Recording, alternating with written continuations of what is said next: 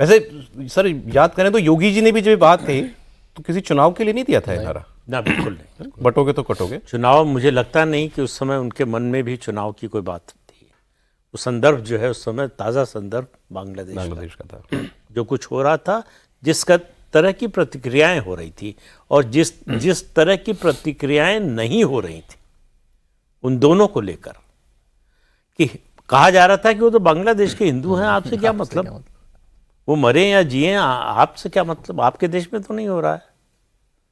ये जो मानसिकता है कि हमारे पड़ोसी के साथ बुरा हो रहा है, हमारे साथ तो नहीं हो रहा है, तो हमको क्या फर्क पड़ता है। मुक्त सिंधु समाज चाहते हैं या जाति बोध होते हुए भी एक सनातन की आप में एक रूपता रहे? देखिए, मेरा मानना यह है कि कास्ट शब्द भी आपका नहीं है, पुर्तगीज भाषा का लिया गया शब्द है। आप गूगल पर सर्च कीजिए, कास्ट शब्द आया कहाँ से, आपका नहीं है। जब कास्ट शब्द तक आपका नहीं, समूचा राष्ट्र कंधों पर ढो रहा है और भाई भाई का दुश्मन हो रहा है। अगर आप चाहते हैं कि किसी का मंगल करना, किसी के कल्याण की भावना करना, 31 में 3000 कुछ जाते थे, 24 में 6000 7000 कुछ जाती है। किसने बना दिया 3 साढ़े 3 हजार जाते, और बनाकर इनका क्या मंगल किया कि 6 का 12 करना चाहते हैं। नहीं, 2011 के सेंसस में तो क्या लाखों जातियां निकली, शायद वो उपजातियां वो भी है। आप ऐसे देखिए सौरभ भैया, दो चीज है जितना मैं समझ पाया हूं और जितना समझ रहा हूं। आप किसी का मंगल करना चाहते हैं तो हालात देखिए, जात नहीं। ब्लड बैंक में आप खड़े होते हैं, पूछते हैं कि किसका ब्लड है, सही बात। निकाल कर 2-4 रुपए का नोट इन्हीं से ले लीजिए, इनका नोट है, मैं तुरंत जेब में डाल लूंगा। मैं पूछूंगा दलित का है, वाल्मीकि का, ब्राह्मण का है या किसी और का। आर्थिक दृष्टिकोण पर आप पंजीरी नहीं पूछते और बाकी आप जाति ढूंढते फिर रहे हैं। तमाशा बंद कीजिए, समाज को बचाइए। और जिन बांग्लादेश, मैं हैदराबाद था प्रदीप जी, आपसे शेयर कर रहा हूं। एयरपोर्ट से उतरा तो चलते चलते मुझे लगा नहीं कि मैं हैदराबाद में ही हूं, पहली बात। थोड़ी सी आगे बढ़ा तो गाड़ी ने यू टर्न लिया, मतलब गोल चक्कर से घुमा तो लिखा था Rohingya football club. Rohingya football club, Rohingya football club. हाँ, ओहो, मैं हैरत में था देख करके। और यह सिर्फ यही संभव है। आप सोचिए कि इस देश को धर्मशाला बना दिया, इसका क्या भरोसा है कि कल को होने वाली प्रौढ़ सभा का ये लोग हिस्सा नहीं होंगे, आपके संसाधनों पर ये हक नहीं जमाएंगे, आपके हकों का हनन नहीं करेंगे। और लाइए एनआरसी और लाइए सीएए, तो तमाशा देखिए पूरे देश में। मेरा उस विचार के विरुद्ध है संगठित होना। वो तो तमाशा हुआ ना, अब वक्फ के नाम पर होगा, हो रहा है। आपको लगता है कभी रुकेगा? मुझे नहीं लगता। तो हिंदुओं के साथ साथ पॉलिटिकल क्लास को भी एक कीजिए ना, कि कुछ देश हित के मुद्दों पर तो अपनी राजनीतिक लड़ाई छोड़ो। एक बात कहें आपसे, बड़ी जिम्मेदारी के साथ कह रहा हूं।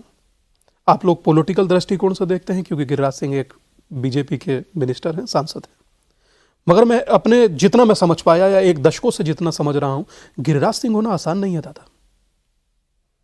खड़े होकर के कहना कि जो मिला है सो जन्म के पहले जन्म के बाद मिला है, जन्म पे हिंदू था, मृत्यु पर हिंदू होऊंगा, बाकी सब महादेव। तो मैं समझता हूं कि आज इस देश को 80 करोड़ लोगों का प्रतिनिधित्व करने वाले, अभी जैसे हमारी यात्रा थी तो तेजस्वी जी ने एक बयान दिया था कि जिसने मुस्लिमों की तरफ आंख उठाकर देखा ईंट से ईंट बजा देंगे। आपने भी सुना होगा, आपने जी। मैं इससे ज्यादा मैं बहुत अप्रिशिएट किया, मैंने क्लैप तक किया कि कोई एक व्यक्ति खड़ा होकर बोला एकदम क्लियर कि 80% मतलब 20% लोगों की तरफ किसी ने आंख उठाया तो ईंट से ईंट बजा देंगे। बस मेरी यही प्रार्थना है, कोई एक व्यक्ति लंगड़ा, लूला, अपाहिज, ताकतवर, पहलवान, कमजोर खड़ा होकर यह भी कह दे कि बांग्लादेश में जो हुआ वो यहां करने की सोची तो कम से कम दंडित करेंगे। ईंट से ईंट मत बचाओ, कम से कम सजा दिलाएंगे। ईंट से ईंट मत बजाओ, कम से कम जेल डालेंगे। इनका भी तो कोई सुध ले ले भाई साहब। इनकी यात्राओं पे पत्थर पड़ते हैं। यात्रा छोड़िए, बिहार में तो शव यात्रा पर भी पत्थर पड़ गए। अभी छठ मनाया सबने, बहुत बड़ा लोक पर्व है। पूर्णिया के घाट उजाड़ दिए गए। हाँ, खबर आई, ये तो छपी हुई खबर है। मतलब एक जहां से छुइएगा साफ दर्द ही होगा। और ये मैं अपना दर्द ही कह रहा हूं। ये तो मैं तो आपसे वजह पूछ रहा हूं, पॉलिटिकल संरक्षण के बगैर मुमकिन है ये? नहीं, बिल्कुल मुमकिन नहीं, बिल्कुल मुमकिन नहीं। और अभी स्वामी जी ने कहा, योगी जी का पोस्टर भी लगा है यहाँ पे, मठ में अगर जाएंगे तो मठ में महाराज जी तो बड़े महाराज थे महंत अवैधनाथ, वो पहली बार साउथ में गए कोई प्रवचन देने, और वहाँ पे उन्होंने जब पहली बार क्रिश्चियन कन्वर्जन देखा, पहले तो इतनी न्यूज़ नहीं ट्रांसफर करती थी, मठ में आके उन्होंने कहा कि हम लोग सहभोज शुरू करेंगे।